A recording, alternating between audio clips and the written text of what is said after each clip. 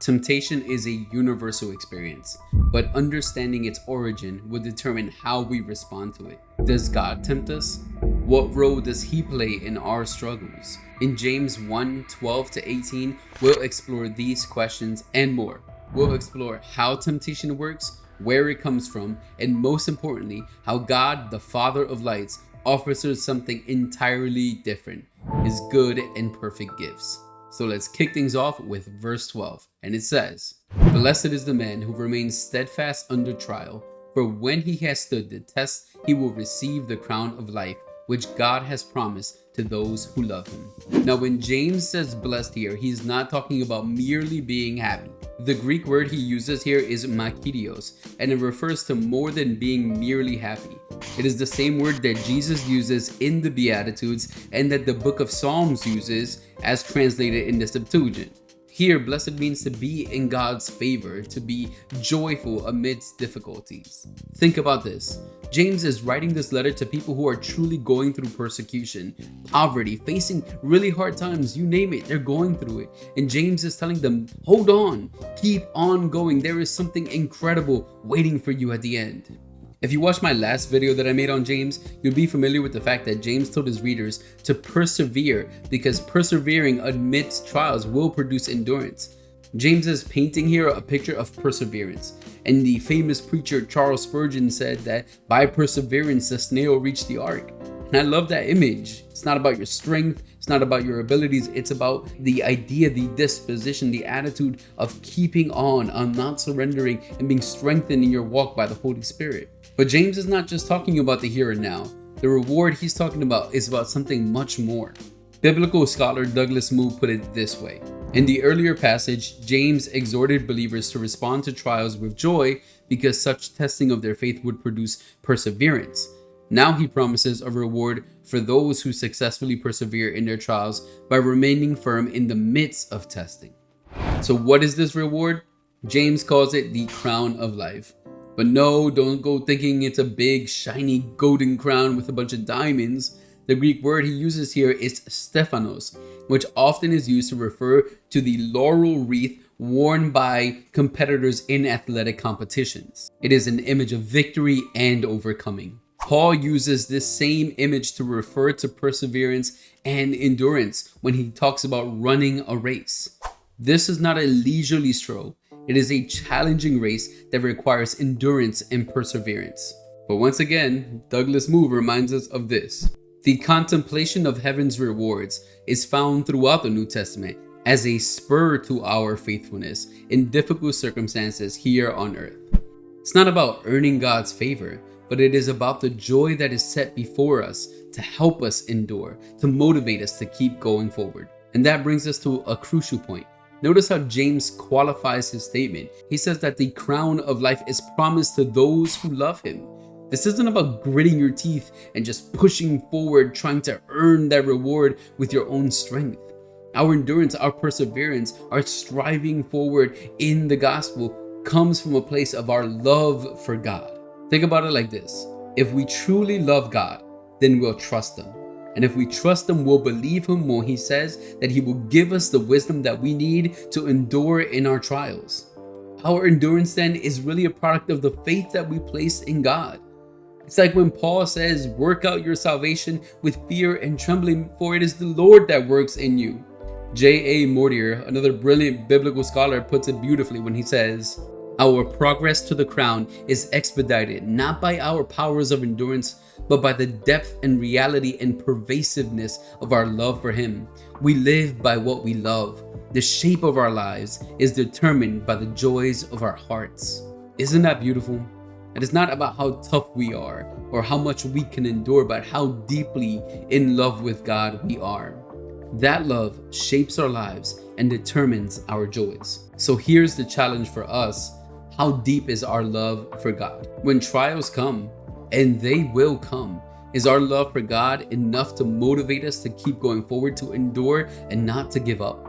Are we running the race with our eyes fixed on Jesus, the author and perfecter of our faith?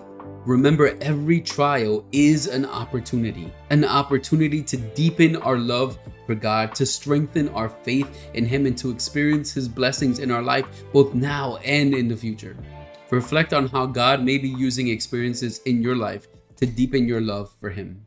Now let's dive into verses 13 to 15, and they say, "When tempted, no one should say, 'God is tempting me.' For God cannot be tempted by evil, nor does He tempt anyone, but each person is tempted when they are dragged away by their own evil desire and enticed.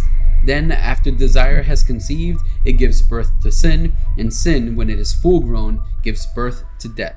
Alright, there's a lot to unpack here, so let's take it step by step.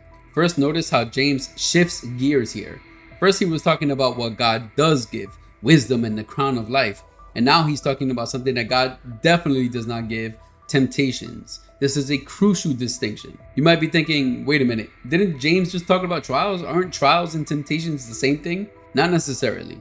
The Greek word for test in verse 12, paidasmas, is related to the Greek word for temptation, paidazo, in verses 13 and 14. James is using this connection to transition from his idea of external trials to internal temptations. So what's the difference? Well, earlier James was talking about trials. These are external challenges that we'll face that may come from God or at the very least are allowed by Him. But temptations, that's a whole different ballgame. James is crystal clear here. God does not tempt anyone. Period. Full stop. James is so emphatic about this that he says that we should not even say such a thing. And this is classic James, taking this deep theological point and immediately applying it to our practical lives, even changing the way we speak.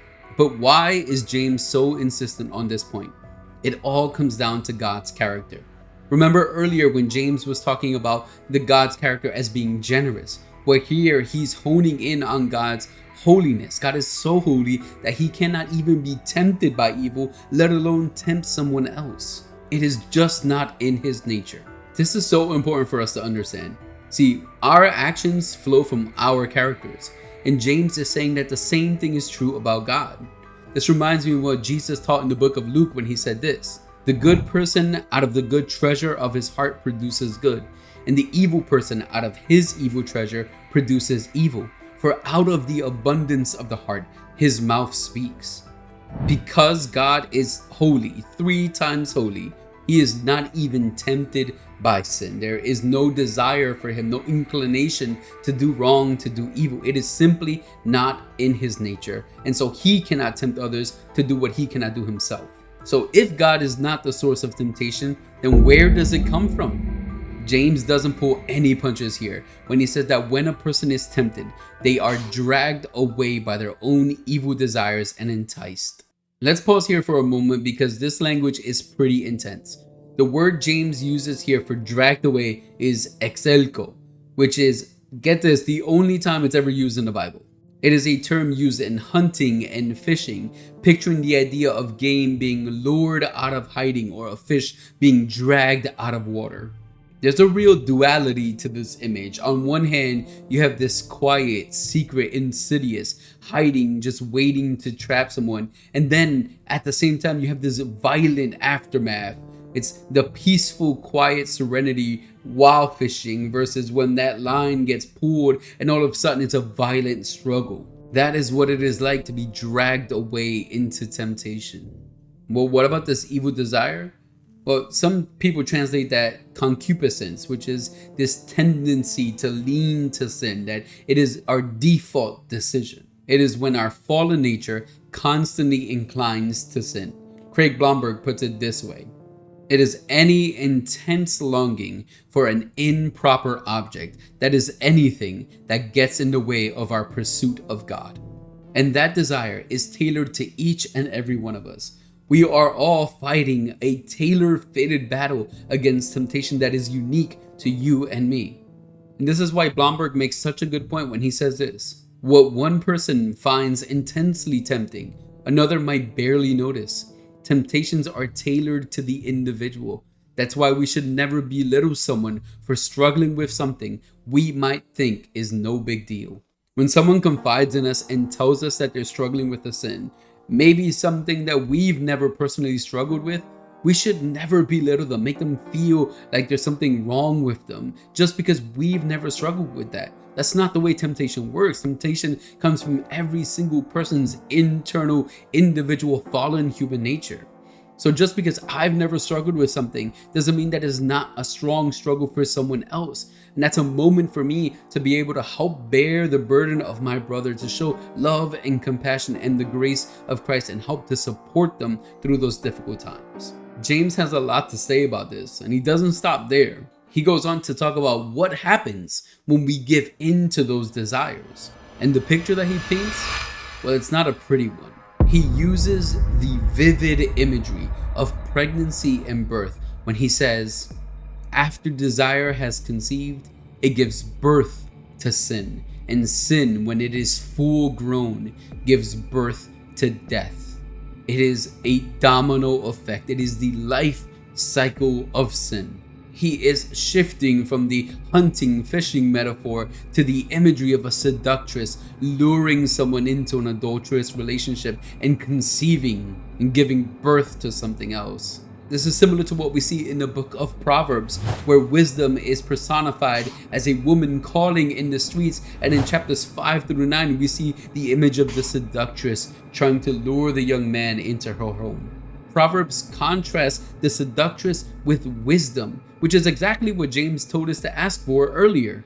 And there's a certain sense of inevitability that James is pointing at here, as if once it starts, it takes over. Mortier says that the end is implicit in the beginning. That's a sobering thought, isn't it? When we play around with temptation, when we indulge just a little bit, the end is already in motion. But I do want to make an important point here, that temptation itself is not a sin. It is only when desire conceives that it moves into sin, when we allow it to produce offspring in our lives. To quote from Moo once again, he says, Christian maturity is not indicated by the infrequency of temptation, but by the infrequency of succumbing to temptation. And what is the ultimate end of this process, this life cycle of sin? Well, death. It is the opposite of the crown of life, which James talked about earlier. It is death, both physical and spiritual. It is a separation from God. So what do we do with all of this?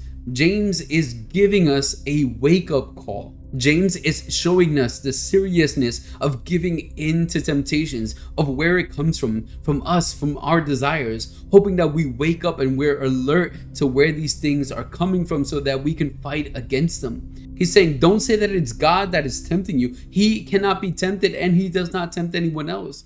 And that should be a lifeline to us. James is saying that's where you go when you're tempted. Be honest about your temptations and your struggles with God. Don't try to impress him. Don't try to hide these things from him, but go to him and say, God, I know you can't be tempted from sin. That's why I know where to run to get help, to be able to resist, to flee, to fight, to say no. We can run to God in those moments. He is the high priest who has been tempted like us in all things, yet without sin. He is a refuge for us where we can go when we feel tempted. He is an ever-present help in a time of need. And in the next section, we'll see how James contrasts this place of temptation with the goodness of God. If you're enjoying this study so far, make sure you like, comment, and subscribe.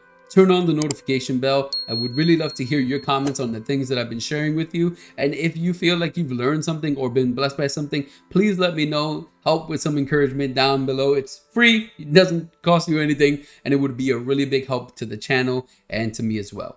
Once again, James is shifting gears in this section, and he is reminding us something that is crucial to know about God's character. And he says in verses 16 to 18, "Do not be deceived, my beloved brothers. Every good gift and every perfect gift is from God above, coming down from the Father of lights, with whom there is no variation or shadow due to exchange." First, notice how James is addressing his readers. My beloved brothers. He has been talking about some really heavy stuff in this section. Sin, temptation, death, evil, trials, and yet he still calls them brothers. They are still part of God's family. Even when they struggle, even when they're going through it, he reminds them and us that we are still part of the family. And after the heavy atmosphere that he painted in the previous verses, Verse 17 is like a breath of fresh air. So let's break this down a bit. James says that every good and perfect gift comes from above. This isn't some gifts or most gifts, but every gift that is good and perfect comes from God. That statement is exhaustive. It is sweeping. He's saying, I give you everything that you need. It reminds me of St. Augustine, who said, for thou didst cause me not to want more than thou gavest. Isn't that beautiful? That God's gifts are so exhaustive and cover all of our needs that we don't need to look anywhere else to find them. Now, he may not always give us what we want, but he will surely always give us what we need. James goes on to describe God as the Father of lights. This is a powerful image that describes not only God's transcendence, but also why he cannot be tempted by evil. Mortier again says, God is holy light, pure, clear, and luminous with goodness.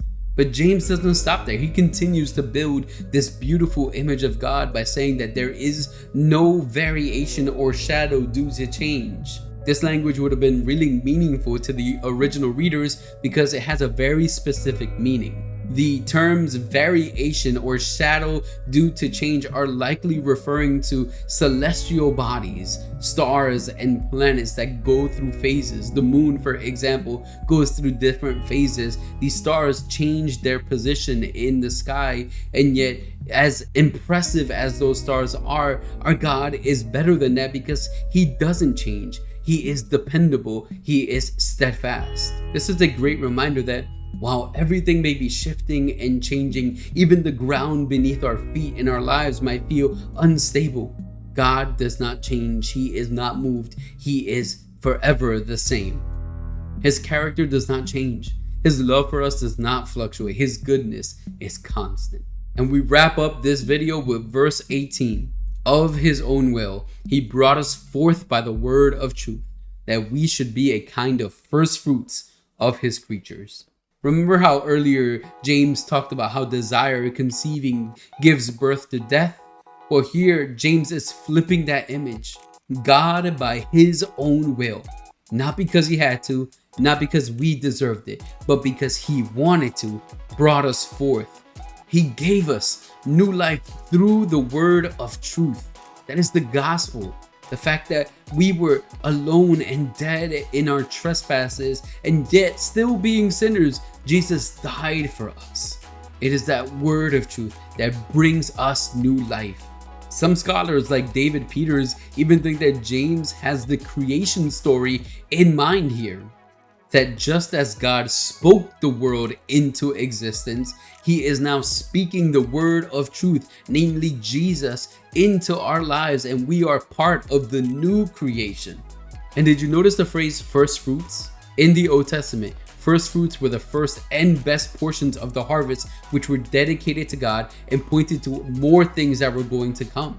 And James says that that's what we are.